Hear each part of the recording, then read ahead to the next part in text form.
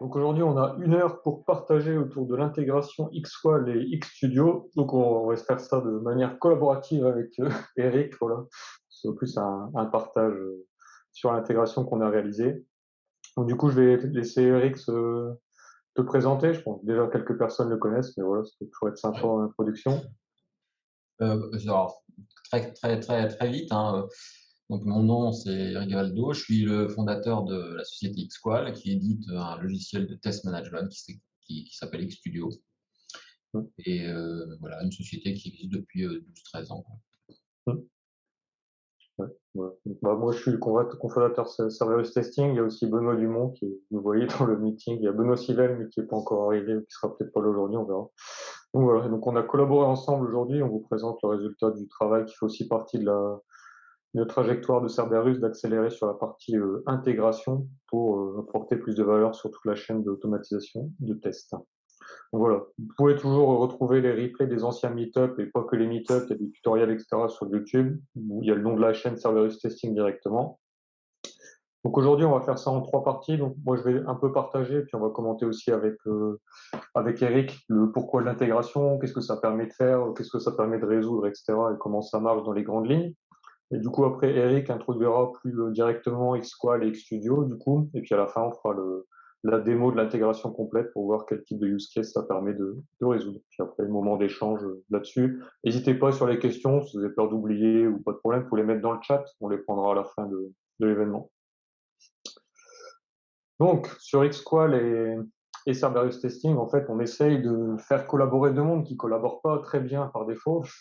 La gestion des exigences et référentiels de test sur la gauche, donc requirement management, plan de test, stratégie de test et la couverture des tests peut être sur des tests automatiques et manuels, toute cette partie sur la gauche. Et la partie droite qui est la partie automatisation de test, qui est un autre monde avec ses spécificités, qui est beaucoup plus le monde de l'automatisation avec les mots-clés du BDD, du Keyword Driven Testing, et qui normalement permet de bien englober la définition des tests, l'exécution, le reporting, et avec un peu de chance, si l'outil le fait comme Cerberus, un peu d'analytics pour avoir une vision plus globale. Et donc, la problématique, normalement, c'est qu'effectivement, ces deux types d'outils ne collaborent pas ensemble, et c'est souvent les personnes du coup de la QA, des tests ou même du produit qui se retrouvent à faire des updates manuels d'import-export pour mettre à jour les référentiels, les exigences des deux côtés, les statuts de reporting d'un côté, les réinjecter côté Xqual ou autre outil pour savoir c'est quoi la globalité du résultat de la campagne. Pareil, après, pour l'exécution des tests, on a du mal de pouvoir lancer les tests de la gauche vers la droite. Donc on se retrouve à faire des manipulations dangereuses et qui prennent trop de temps quand on n'a pas que ça à faire de sa journée. Et après, effectivement, la partie reporting est compliquée. On a du mal à avoir une vision consolidée des exigences et de répondre au métier sur où en sont mes exigences dans les différentes typologies de tests, etc. Parce qu'ici, sur le schéma, c'est le schéma un peu simple où c'est un lien un pour un, mais des fois c'est des 1N avec plusieurs outils intégrés et ça complexifie d'autant plus le travail.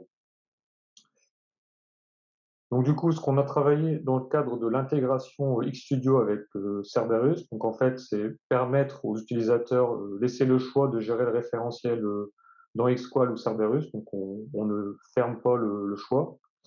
Et ensuite, ce qu'on permet de faire, c'est avec l'ensemble des exigences définies dans Xqual, ça permet de lancer les tests directement depuis Xqual ou même définir les campagnes, les couvertures, etc.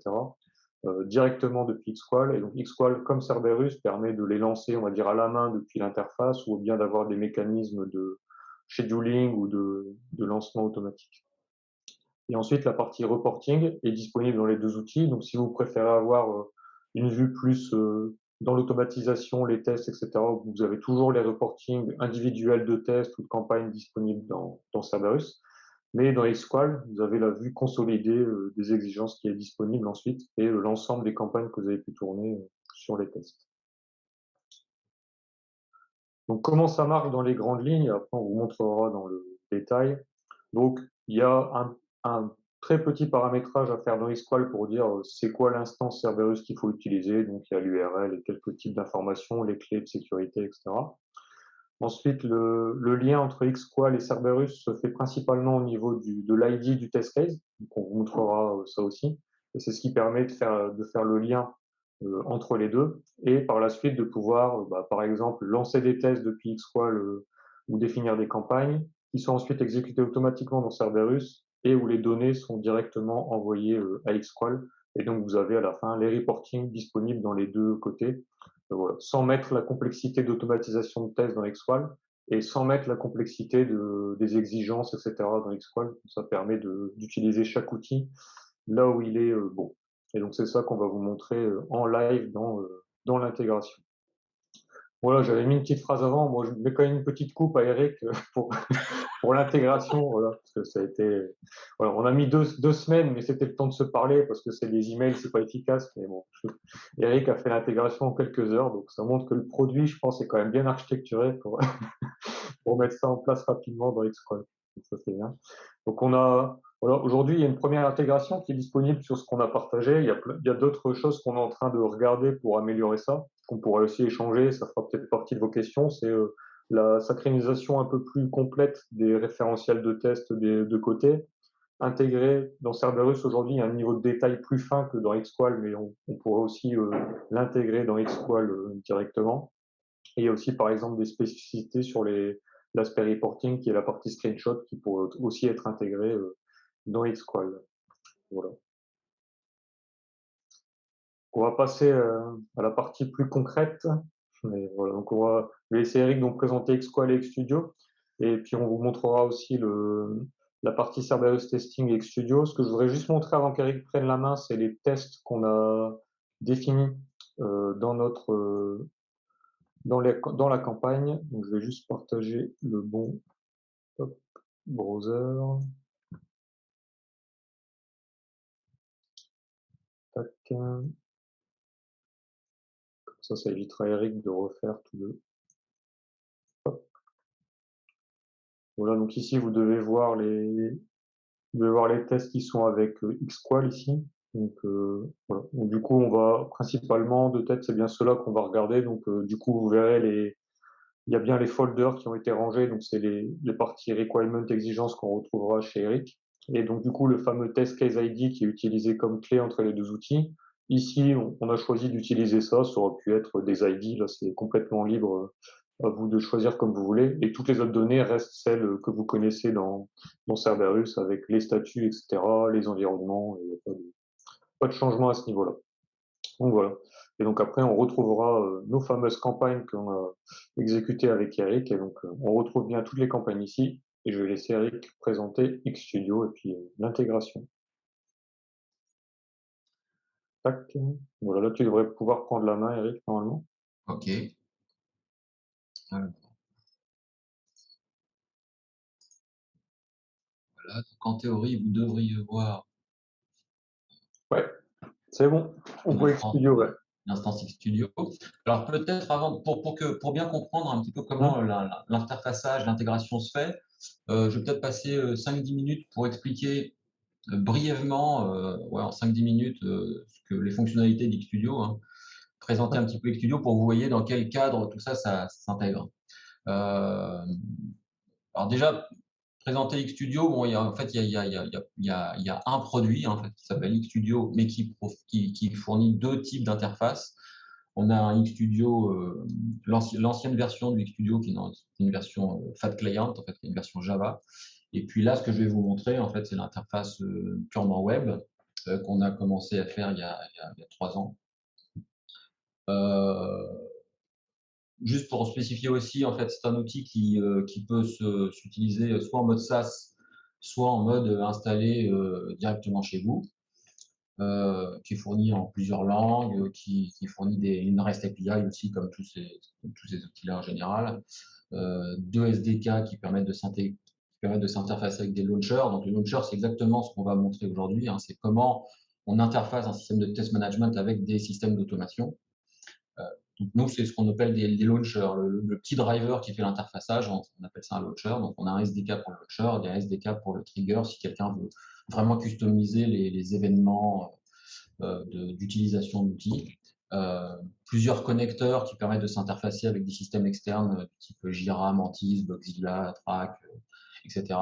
Puis aussi des connecteurs qui permettent de s'intégrer avec des systèmes de DevOps de type Jenkins, Bamboo, GitLab, etc., etc.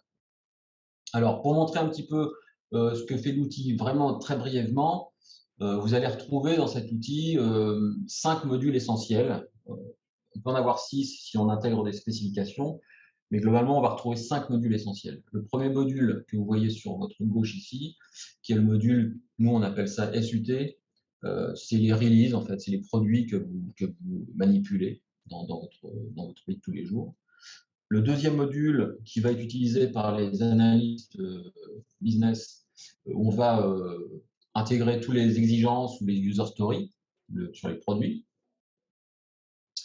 Un troisième module où on va stocker et manager tout ce qui est test et test case. Un module qui vient ensuite où on va planifier l'exécution des tests. Donc, c'est un module de gestion de campagne de test. On va avoir des campagnes et des sessions. Et puis enfin, un dernier module qui est la gestion des bugs. Donc tout ça, c'est un petit monde où tout est relié, hein.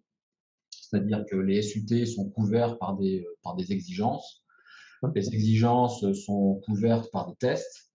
Les tests sont rassemblés dans des campagnes de tests qu'on va exécuter dans des sessions. Et lorsqu'on va exécuter ces sessions, on va trouver des défauts. Et ces défauts sont liés à ça. Donc ce qui fait que tout ce petit monde étant lié ensemble, on va pouvoir avoir des métriques qui sont calculées depuis toutes ces données-là, et on va pouvoir remonter des KPIs, des métriques à chaque niveau, mais essentiellement le niveau qui nous intéresse le plus, c'est au niveau du SUT. Puisqu'en fait, sur le produit lui-même, on va pouvoir avoir les métriques sur les bugs, sur les exigences, sur la couverture, les progrès, les résultats, etc. Donc, comment ça se passe avec l'intégration avec Cerberus? Alors, tout commence déjà par la création d'un SUT. Donc, on va créer, nous, dans notre cas, on a créé un site web, en fait, un promo website. Donc, on va créer un SUT ici. Et puis, ce SUT, on va le relier avec des exigences. Donc, ces exigences se trouvent ici. Pour relier les exigences à un SUT, c'est très simple. À chaque fois, vous allez juste dans l'onglet Coverage. Alors c'est en anglais. Ça aurait pu être en français, puisque en fait la communauté est française aujourd'hui. Bon. Ah. J'aurais pu le mettre en français. Bon, désolé. Donc là, en fait, pour la couverture, on a juste à aller dans l'onglet Coverage et puis sélectionner dans l'arbre en fait ce qu'on veut lier à cette donnée-là. Donc on va avoir nos exigences et puis on va avoir nos tests. Donc c'est là que ça commence à être intéressant. Comment on va faire le lien entre Cerberus et Xstudio? Vous avez vu tout à l'heure, il y a Antoine qui vous a montré en fait des folders et des tests. Donc chez nous, ça va se représenter sous forme de tests et de test case. Donc dans notre cas, je vais vous montrer uniquement ce qu'il faut pour simplifier l'affaire. On va avoir 3 tests ici, donc accessibility, performance et responsiveness, qui correspondent à des folders en fait dans Cerberus. Et quand on va sélectionner un test, comme responsiveness par exemple, on va avoir 4 test cases, laptop, desktop, tablette et smartphones, qui correspondent vraiment aux ID des tests dans Cerberus. Donc c'est extrêmement simple de faire le lien, en fait. Il y a juste à nommer correctement les tests et les test cases dans Xstudio, et le système saura faire le lien. Je vais vous montrer après la configuration. Mais d'un point de vue référencement, c'est extrêmement simple, il y a juste à nommer les choses correctement. Une fois qu'on a créé nos tests, alors comment le système sait que ces tests-là, ce sont des tests exécutés avec un launcher Cerberus? Enfin, comment il sait que ce sont des tests automatiques et comment il va l'exécuter? Tout simplement parce que ces tests-là sont contenus dans une catégorie ici, qu'on voit, c'est la petite roue dentée bleue là, où vous avez juste à sélectionner dans Xstudio le bon launcher, et le launcher dans ce cas-là, ça va être le launcher de Cerberus. Celui-là. Voilà. Une fois que vous avez donc créé vos tests comme ça, référencé vos tests, ensuite il va y avoir simplement à avoir une campagne de tests. Donc on peut lancer les tests un par un, hein, c'est tout à fait faisable, mais quand on veut faire les choses à peu près correctement, on va plutôt créer une campagne de tests. Donc là, j'ai une campagne de test ici que j'ai créée, qui contient qui contient pas les 3, là, qui contient que 2 tests ici, qu'on a ordonnés. Et puis ensuite, derrière cette campagne, on va pouvoir créer des sessions qui vont rejouer exactement les mêmes tests de cette campagne plusieurs fois si l'on souhaite. Donc ces sessions, en fait, elles vont être exécutées avec les mêmes tests, mais on va pouvoir les exécuter dans des configurations différentes. On va pouvoir les exécuter sur des SUT différents. C'est-à-dire que si vous avez plusieurs releases, une version 1, une version 2, une version 3, vous n'avez pas besoin de refaire une campagne en fait à chaque fois, vous avez juste à faire une campagne première fois, et puis derrière, vous avez juste à faire une session et l'exécuter. Et ça permet après de sélectionner une campagne et puis de pouvoir après faire des comparaisons, de voir comment ça évolue dans le temps, etc. etc. Donc là, je vais créer une nouvelle session. Donc pour créer une nouvelle session, en fait, on peut simplement copier la dernière, par exemple. Je copie cette session-là. Et donc, comment ça va se passer là? Donc là, on utilise le studio web.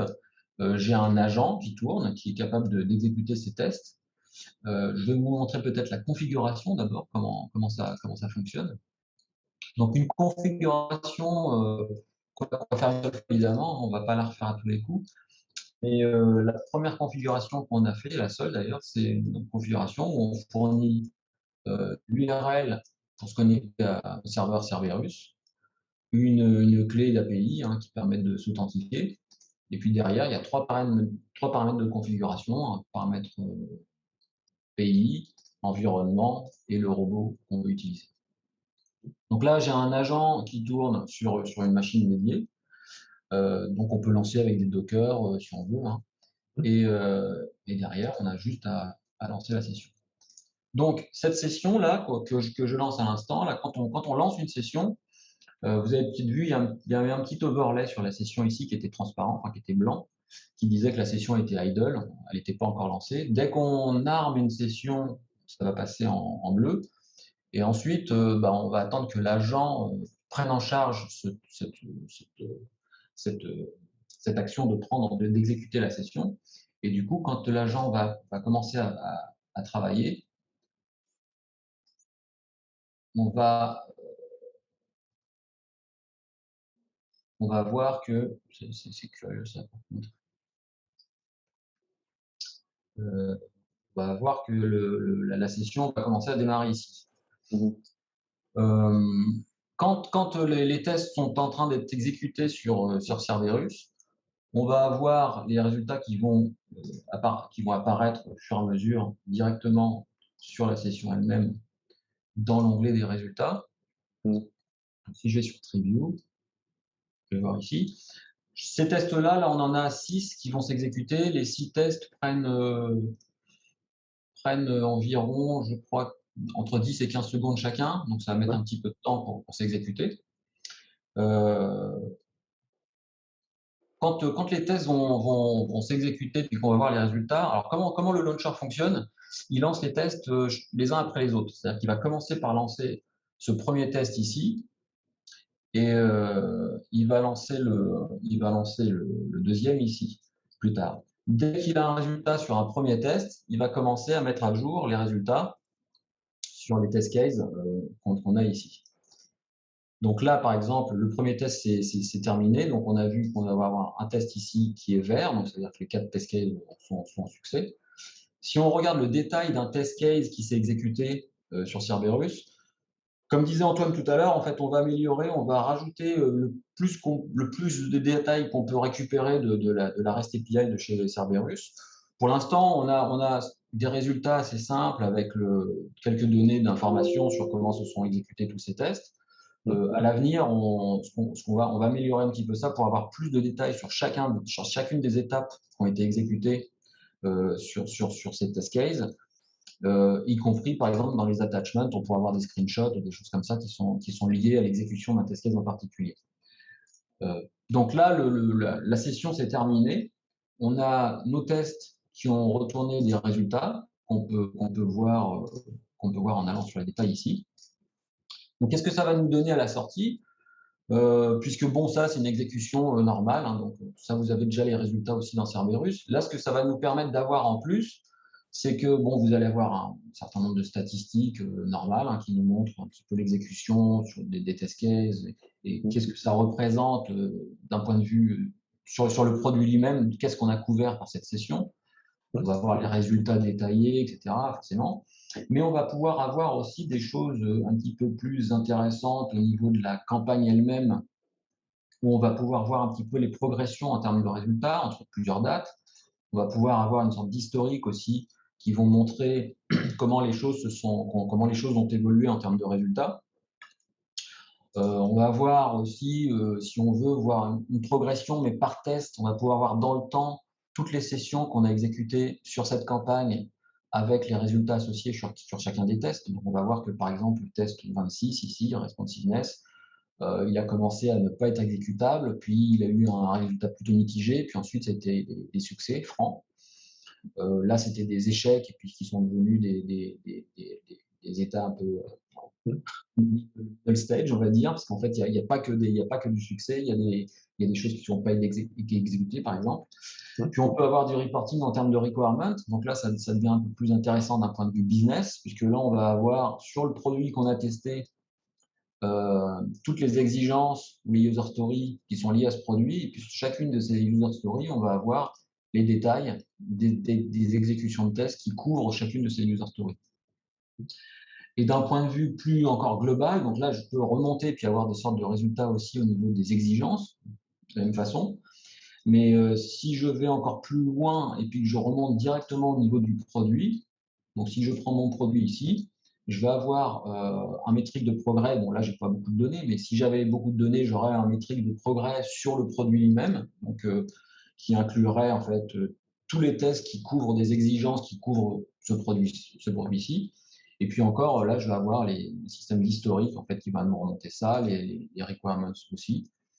Où là, par exemple, je vais voir que le premier test, étant donné qu'on l'a jamais lancé, on va avoir des statistiques sur ce test-là qui sont non exécutées. Donc, ce qui va ralentir, enfin, ce qui va diminuer le scope de qualité qu'on a sur ce produit. Et puis après, ben voilà, on va avoir tous nos KPI classiques qui sont déduits aussi des exécutions de tests qu'on a fait sur ce produit-là. Donc, des KPI qui sont relevés en termes de qualité, de radar, de choses comme ça. Voilà, c'est très simple. Donc, pour résumer, en fait, l'intégration, elle est très très simple. Il suffit de sélectionner Cerberus dans la catégorie dans laquelle on met ses tests. On rajoute ces tests en les nommant correctement. La première fois qu'on fait une session, on crée une configuration où on va mettre l'URL de Cerberus, la clé d'authentification, et sur quel pays, quel environnement on veut lancer tout ça. On lance la campagne et on a nos résultats. Et voilà. Merci, c'est bien step by step. Est-ce que quelqu'un aurait des questions ou des choses comme ça que je pourrais adresser? Oui, n'hésitez pas à l'oral ou sur le chat si jamais votre contexte n'est pas top pour parler. Pour les arborescences, est-ce qu'il existe une notion d'import d'un outil à l'autre pour éviter les erreurs Alors, bon, je vais laisser répondre Antoine sur sa partie. Sur XStudio, alors, on a la facilité d'importer des tests, on a la facilité d'importer d'ailleurs n'importe quoi en fait. On peut importer des exigences, des produits, des spécifications, des tests, des campagnes, des résultats, on peut importer tout et n'importe quoi sous forme de Excel par exemple ou d'XML. On peut faire ça aussi en REST API si on a besoin de le faire programmatiquement. Et comme l'avait souligné Antoine au début de la présentation, on a une fonctionnalité, nous, qu'on a au niveau de l'intégration avec les systèmes d'automation, qui s'appelle la fonctionnalité de scanning. Enfin, on a un scanner, que là, on n'a pas encore fait avec Cerberus, mais on va courir le faire juste après cette démonstration. On a un système de scanning, en fait, qui permet de cliquer sur un bouton dans XStudio et le XStudio va, à travers son launcher, va interroger le système d'automation pour récupérer tous les tests qui seraient disponibles. Et si des tests sont disponibles et qui ne sont pas encore référencés dans XStudio, ça les référence automatiquement. Donc en fait, c'est un système on pourrait voir ça comme un système de synchronisation automatique entre le système d'automation et XStudio. Et à l'inverse, ça peut être possible ou pas que Cerberus récupère tous les cas de tests de Xstudio qui ont un statut à automatiser, par exemple? Nous, on peut l'exporter, À date, on peut faire ça en fait, semi-manuellement ou via un script custom. On peut le faire techniquement, mais il n'y a pas de fonctionnalité de one-click import qui va faire ça. Donc, c'est un peu les sujets d'intégration automatique à mettre en place, à regarder, quoi. Ouais. Mmh. Mm. Ça pourrait être vraiment top je prends un testeur, il rédige son plan de test manuel, classique, en début de sprint, et puis à la fin du sprint, il se rend compte qu'il y a 10% de ces 4 tests qu'il a rédigés qu'il va devoir exécuter de façon récurrente. Donc, du coup, il va les taguer comme à automatiser, et que du coup, ce périmètre de 10% de 4 tests arrive dans Cerberus d'une façon ou d'une autre pour que dans Cerberus, on puisse les transformer en script automatisé et ensuite faire le lien avec Xstudio. Ouais, alors du côté Xstudio, en tout cas, on aurait la possibilité on a la possibilité d'exporter ces informations-là, d'autant plus que du commentaire qui vient d'être dit, en fait, nous, on a au niveau des test cases, ici, il y a déjà des tags en fait, qui permettent de dire si le test est exécutable manuellement et ou exécutable automatiquement. Donc, on pourrait assez facilement exporter des test cases comme ça, qui ont le tag, par exemple, prêt à être exécuté automatiquement, qui n'est pas checké, quoi. Donc, on pourrait exporter tous les tests qui ne sont pas encore automatisés. Ouais, c'est complètement envisageable, hein. Enfin, aujourd'hui, on importe des tests plutôt unitairement sur des Selenium IDE ou des choses comme ça. Mais effectivement, rajouter une fonctionnalité d'import massif à partir des coquilles identifiées sur un tag, c'est une bonne idée. Ouais. Ouais, c'est une bonne remarque.